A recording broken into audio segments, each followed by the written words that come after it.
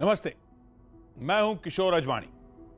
मियां बीवी का झगड़ा जब घर की दहलीज से बाहर आ जाता है तो वो सार्वजनिक तमाशे में तब्दील हो जाता है। पति अगर आईपीएस अफसर हो, डीजी यानी महानिदेशक जैसे ऊंचे ओहदे पर हो, तो घरेलू झगड़ा सियासी रंग में रंगने में भी देर नहीं लगती। फिर यह दलील बेमानी हो जाती है कि यह घरेलू झगड़ा है, क्योंकि पुलिस अफसर अपने घर में भी पुलिस अफसर ही होता है।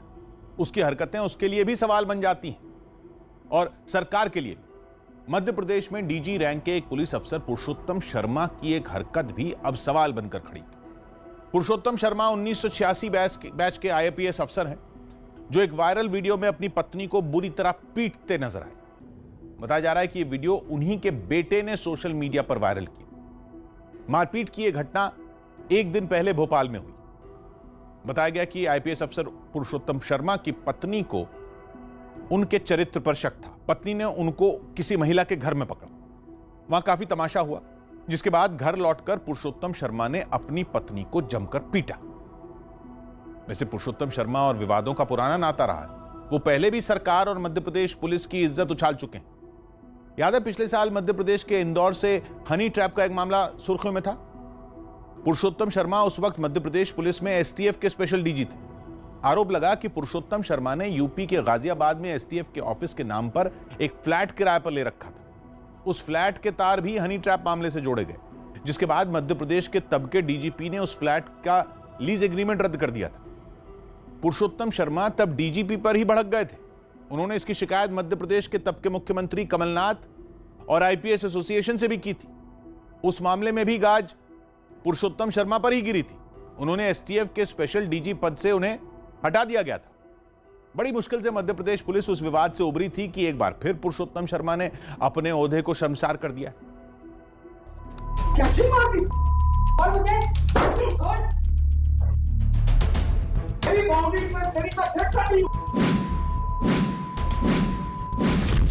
नाम पुरुषोत्तम शर्मा।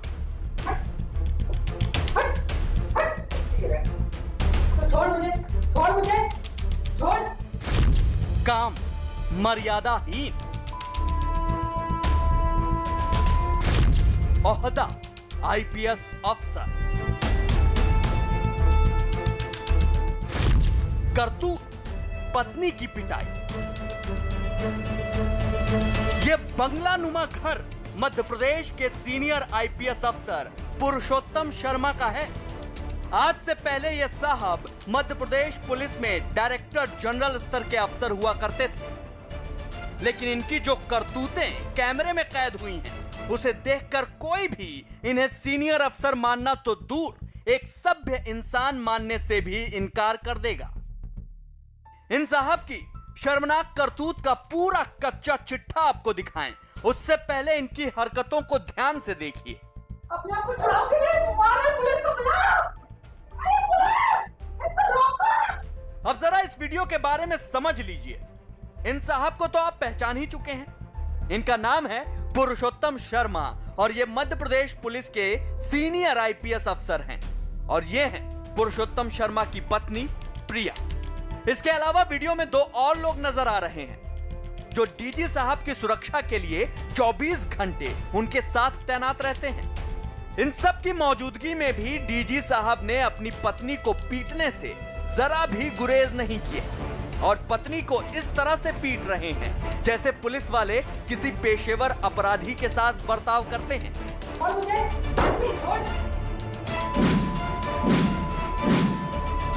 अपनी पत्नी पर जब आईपीएस अफसर पूरी तरह से हमलावर हो गए, पहले तो उन्होंने पत्नी को फर्श पर गिराकर बुरी तरह से पीटा।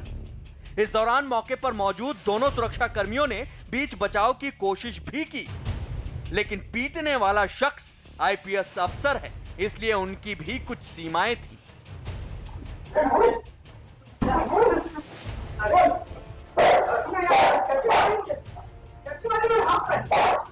काफी देर तक पीटने के बाद इस आईपीएस अफसर ने अपनी पत्नी को छोड़ा। पिटाई के दौरान अफसर की पत्नी ने अपना बचाव करना भी चाहा। इस दौरान पुरुषोत्तम के हाथ में कुछ खरोंच आ गए। उनका आरोप है कि पत्नी ने उन्हें कैंची से मारा। कितनी कैंची मारी है? एक, दो, क्या कारण बता? किसी के यहाँ बैठने गया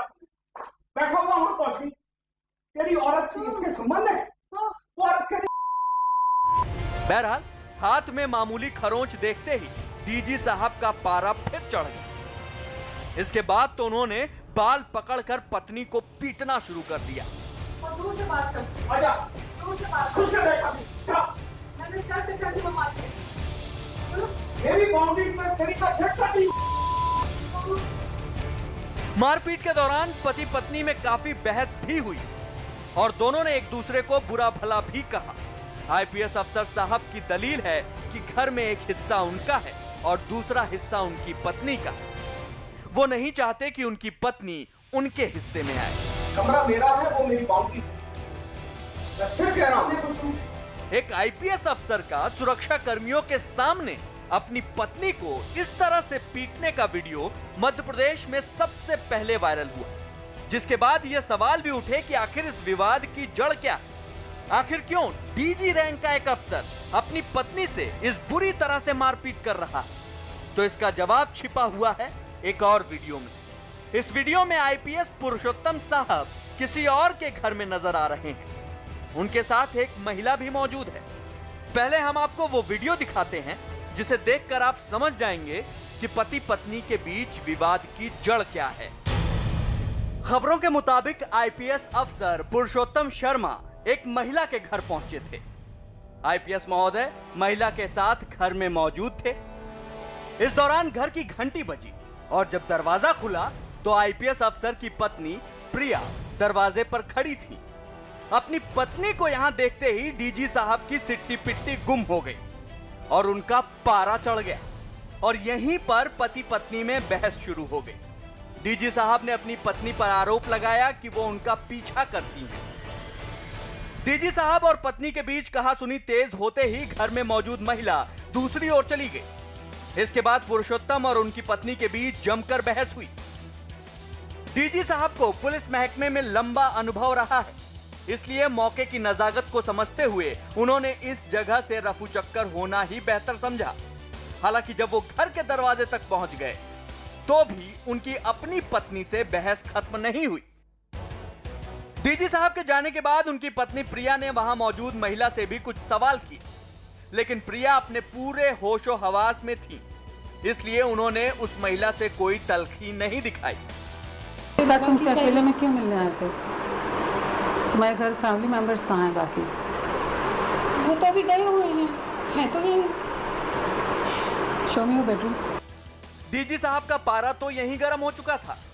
यहां से निकलकर वो सीधे अपने घर पहुंचे और जब पत्नी से उनका सामना हुआ तो साहब अपने आपे से बाहर हो गए और उन्होंने पत्नी की पिटाई शुरू कर दी।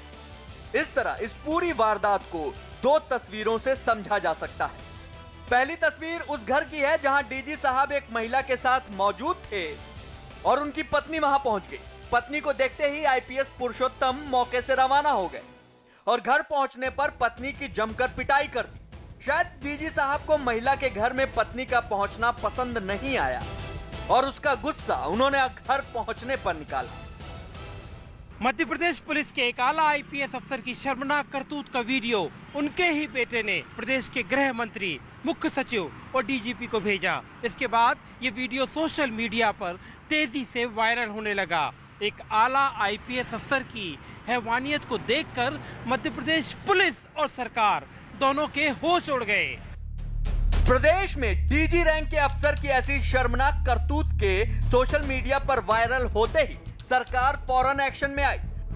सूबे के मुख्यमंत्री खुद मीडिया के सामने आए और उन्होंने आईपीएस पुरुषोत्तम के खिलाफ कार्रवाई का ऐलान कर दिया। कार्य मुक्त कर दिया गया है। जिम्मेदारी के पद पर बैठा हुआ कोई भी व्यक्ति अगर गैर कानूनी गतिविधियां करता है, कानून अपने हाथ में लेता है, तो वो कोई भी हो उसके खिलाफ कार्रवाई होगी। उनको कार्य मुक्त कर दिया है। सरकार को एक्शन में देखकर पुलिस महकमे को भी अपने अफसर के खिलाफ कार्रवाई शुरू करनी पड़ी।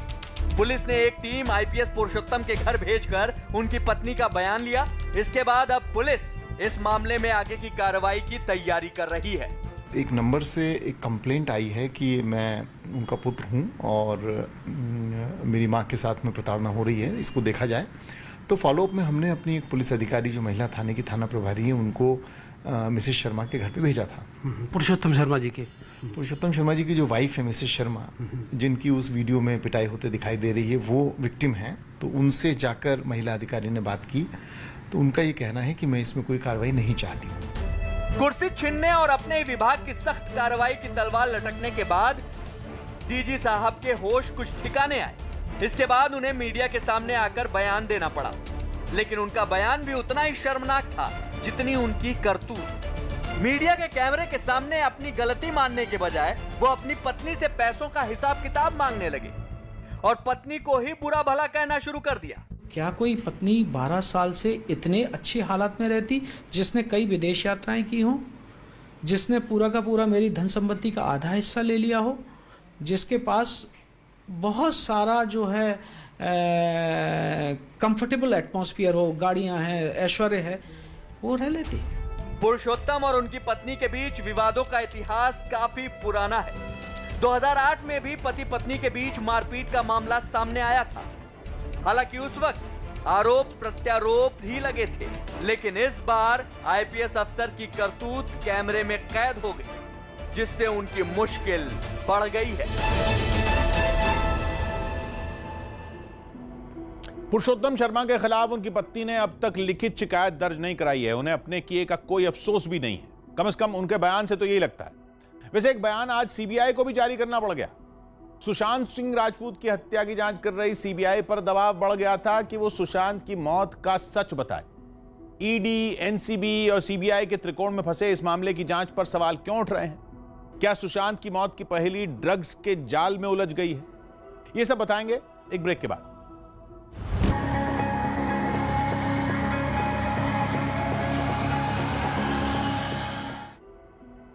सुशांत सिंह राजपूत की मौत की जांच बैंक खातों से शुरू हुई थी, जो फिल्म इंडस्ट्री और ड्रग्स के मकड़जाल में ऐसी उलझी कि सुलझने का नाम नहीं ले रही। पिछले 1 महीने से पूरी जांच इसी बात पर आकर अटक गई कि मुंबई में कौन सी हीरोइन किसके जरिए कौन से ड्रग्स पेडलर के संपर्क में थी। रिया चक्रवर्ती से यह सिलसिला शुरू हुआ था। अब जांच के लपेटे में दीपिका पादुकोण, सारा अली खान, श्रद्धा कपूर, रकुल प्रीत सब आ चुकी है। एनसीबी इनसे पूछताछ कर चुकी है। अब इनके 3 साल के बैंक खाते खंगालने जा रही है ताकि ड्रग्स की खरीद फरोख्त के बारे में इनके सच और झूठ का पता लगाया जा सके। ड्रग्स के इसी मकड़ जाल में करण जौहर के साथ काम कर चुके क्षितिज प्रसाद भी फंसे, जिनका सुशांत और रिया के साथ कोई सीधा कनेक्शन अब तक सामने नहीं आया। खबर है कि क्षितिज को रिमांड में लेकर एनसीबी के अधिकारी फिल्मी दुनिया से जुड़े कम से कम 7 और बड़े लोगों को पूछताछ के लिए बुला सकते हैं। उनमें सुशांत या फिर रिया के साथ किसी का कोई नाता रहा है या नहीं, इसके बारे में कुछ नहीं पता। जिस ईडी की जांच में रिया चक्रवर्ती, उसके भाई शौविक और दूसरे लोगों का ड्रग्स नेटवर्क सामने आया था, वो भी अब बैकसीट। ईडी की जांच में सुशांत के खातों से 15 करोड़ के हेरफेर के बारे में कोई सबूत मिला या नहीं, इसकी जानकारी किसी के पास नहीं। सुशांत की मौत के पीछे उनके पिता ने 15 करोड़ का गबन ही असली मकसद बताया था। रिया और उनके परिवार पर यही आरोप था। अब रिया और शौविक ड्रग्स खरीदने और बेचने के मामले में जेल में, और सुशांत के प्रशंसक और उनके परिवार के लोगों को भी समझ में नहीं आ रहा कि उन्होंने सीबीआई जांच की मांग करने वाली लड़ाई किस मकसद से लड़ी थी। वो अब सोशल मीडिया पर फिर से मुहिम चला रहे हैं कि उन्हें तो बस सुशांत की मौत का सच जानना है। 2 दिन पहले तो सुशांत के पिता के वकील ने आरोप भी लगा दिया कि सुशांत की मौत की जांच को ड्रग्स रैकेट की अंधेरी गली में पहुंचा दिया गया। वैसे पिछले हफ्ते चर्चा थी कि सीबीआई और एम्स की फोरेंसिक टीम जल्द ही सुशांत की मौत के बारे में किसी नतीजे पर पहुंच सकती। सुशांत की विसरा जांच में एम्स की फोरेंसिक टीम को क्या मिला? सुशांत की मौत की जांच करने वाली सीबीआई की जो टीम मुंबई गई थी, वो सच्चाई के कितने करीब पहुंची? ये जानने के लिए बेचैन सुशांत के समर्थकों ने सवाल उठाने शुरू किए तो सीबीआई की तरफ से छोटा सा बयान आया। सीबीआई ने बताया कि जांच अभी जारी है और सुशांत की मौत में आत्महत्या से लेकर हत्या की आशंका जैसे हर पहलू पर सीबीआई की नजर बनी हुई।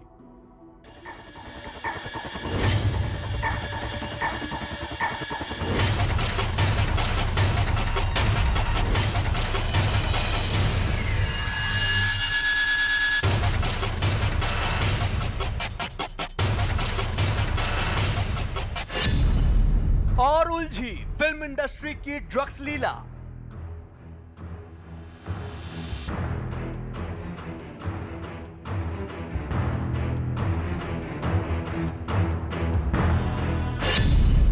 कुछ और सितारों पर लटकी ड्रग्स कांड की तलवार।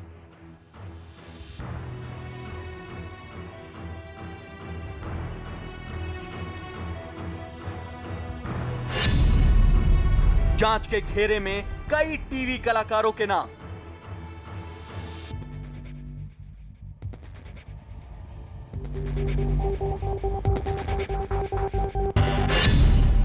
एनसीबी की लिस्ट में 7 बड़े एक्टर और प्रोड्यूसर।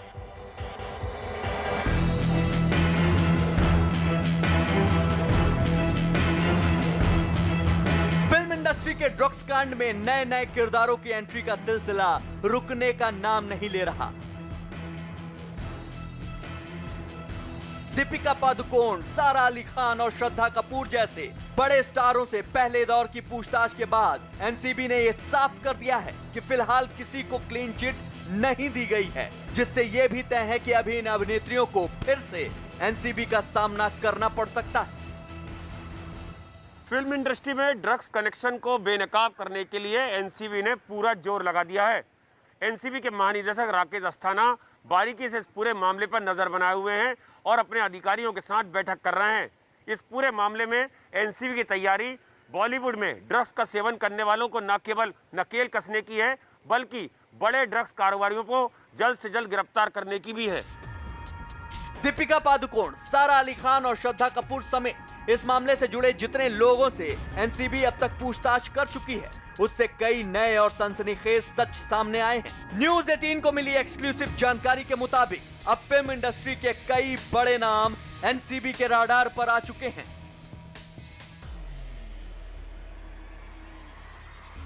न्यूज़ 18 को मिली जानकारी के मुताबिक अब तक हुई पूछताछ के बाद एनसीबी के राडार पर 7 बड़े अभिनेताओं का नाम आ चुका है। इसके अलावा कई फिल्म निर्माताओं पर भी एनसीबी शिकंजा कसने जा रही है। एनसीबी इन सभी से जल्द पूछताछ कर सकती है। फिल्म इंडस्ट्री में नशे का बोलबाला कितना है और इसके तार कहां-कहां तक फैले हुए हैं, इसका पता लगाने के लिए अब दीपिका पादुकोण, श्रद्धा कपूर, सारा अली खान, रकुल प्रीत समेत इस मामले में जिन जिन लोगों से पूछताछ हुई है, उनके और गहराई से जांच की तैयारी हो रही है। इसके लिए एनसीबी उनके बीते हुए कल की भी परतें उखाड़ने में लग चुकी है। इस सिलसिले में एनसीबी ने मुंबई के कई ड्रग्स पेडलर को गिरफ्तार कर उनका बयान दर्ज किया है। इस वक्त 20 बड़े ड्रग्स पेडलर एनसीबी के निशाने पर हैं। इसके साथ ही एनसीबी ने दीपिका, सारा और श्रद्धा समेत कई लोगों का फोन भी जब्त कर लिया है। इन सभी के फोन का डेटा अब एनसीबी खंगालेगी। सभी फोन के 2017 से लेकर 2020 तक के व्हाट्सएप चैट, जिसके बाद इन सितारों की फोन डिटेल और ड्रग्स पेडलर्स के बयानों को मिलाया जाएगा। साथ ही दीपिका, सारा और श्रद्धा के 3 साल के बैंक डिटेल की भी जांच की जाएगी। एनसीबी का मानना है कि जितने भी अभिनेत्रियों को पूछताछ के लिए बुलाया गया है वो जांच में सहयोग नहीं कर रही हैं। जो भी सवाल एनसीबी उनसे पूछ रही है उसका जवाब वो ठीक से नहीं दे रही हैं। एनसीबी सूत्रों का यह भी कहना है कि अभिनेत्री सिर्फ उतना ही बोल रही हैं जितना उनके वकील ने उन्हें बोलने की सलाह दी है। यही वजह है कि एनसीबी अब सभी अभिनेत्रियों के फोन डिटेल्स और बैंक डिटेल्स खंगाल रही है। दीपिका और श्रद्धा जैसी बड़ी अभिनेत्रियों के अलावा एनसीबी धर्मा प्रोडक्शन से जुड़े क्षितिज प्रसाद को गिरफ्तार कर उनसे भी पूछताछ कर रही है। क्षितिज को एनसीबी ने अदालत में पेश कर 3 अक्टूबर तक रिमांड में ले लिया है। एनसीबी को शक है कि क्षितिज कई बड़े नामों से पर्दा उठा सकता है, लेकिन क्षितिज के वकील सतीश मान शिंदे ने इस बीच एनसीबी पर बड़ा आरोप लगा दिया। सतीश मान शिंदे का आरोप है कि एनसीबी क्षितिज के साथ मारपीट और 3rd डिग्री का इस्तेमाल कर रही है। यही नहीं, सतीश ने यह भी आरोप लगाया है कि एनसीबी क्षितिज पर फिल्म इंडस्ट्री से जुड़े 6 लोगों का नाम ड्रग्स मामले में लेने का दबाव बना रही है। सतीश मान शिंदे का आरोप है कि एनसीबी के अफसर समीर वानखेड़े ने क्षितिज पर लिखे लिखाए बयान पर दस्तखत करने का दबाव बनाया है। हालांकि क्षितिज के एनसीबी के चंगुल में आने के बाद धर्मा प्रोडक्शंस उनसे किनारा करने में लगा है, लेकिन क्षितिज के वकील सतीश मान शिंदे ने एनसीबी पर ऐसा आरोप लगाया है जो जांच से जुड़े कई अफसरों पर ही सवाल खड़ा कर रहा है। सतीश मान शिंदे ने क्षितिज के हवाले से कहा है, क्षितिज से पूछताछ के दौरान एनसीबी के अधिकारियों ने क्षितिज पर दबाव बनाया कि वो करण जौहर, सोमेल मिश्रा, राखी, अपूर्वा, नीरज और राहिल के खिलाफ बयान दे कि ये सभी ड्रग्स लेते हैं। अगर क्षितिज ये बयान देते हैं तो उन्हें छोड़ दिया जाएगा। लेकिन क्षितिज और उनके वकील सतीश मान शिंदे की तरफ से लगाए गए ये आरोप कोर्ट में धरे के धरे रह गए। कोर्ट ने कहा कि क्षितिज के साथ टॉर्चर की ना तो कोई शिकायत मिली है और ना ही सबूत मिले हैं। वो हमसे कोऑपरेट नहीं कर रहे थे सर, उनका कहना है आप लोगों ने फ्रेम किया, उनको मारा पीटा है। अभी क्या हर कोई रिट्रैक्शन देता है, उसमें कोई नई बात नहीं है। हर आरोपी रिट्रैक्शन देता है और ये गलत इल्जाम है। इल्जाम गलत है, इसलिए तो जज ने 3 तारीख तक कस्टडी दिया है। क्षितिज की ओर से लगाए गए इन आरोपों से एनसीबी साफ इनकार कर रही है। एनसीबी का कहना है कि क्षितिज जांच में सहयोग नहीं कर रहा है और उसके बयान भी सबूतों से मेल नहीं खा रहे हैं, जिससे ये भी जाहिर होता है कि क्षितिज बहुत से मामलों में झूठा बयान दे रहा है। एनसीबी ने क्षितिज के आरोपों से इनकार करते हुए कहा कि एनसीबी के कामकाज के तरीके पर किसी को शक नहीं होना चाहिए।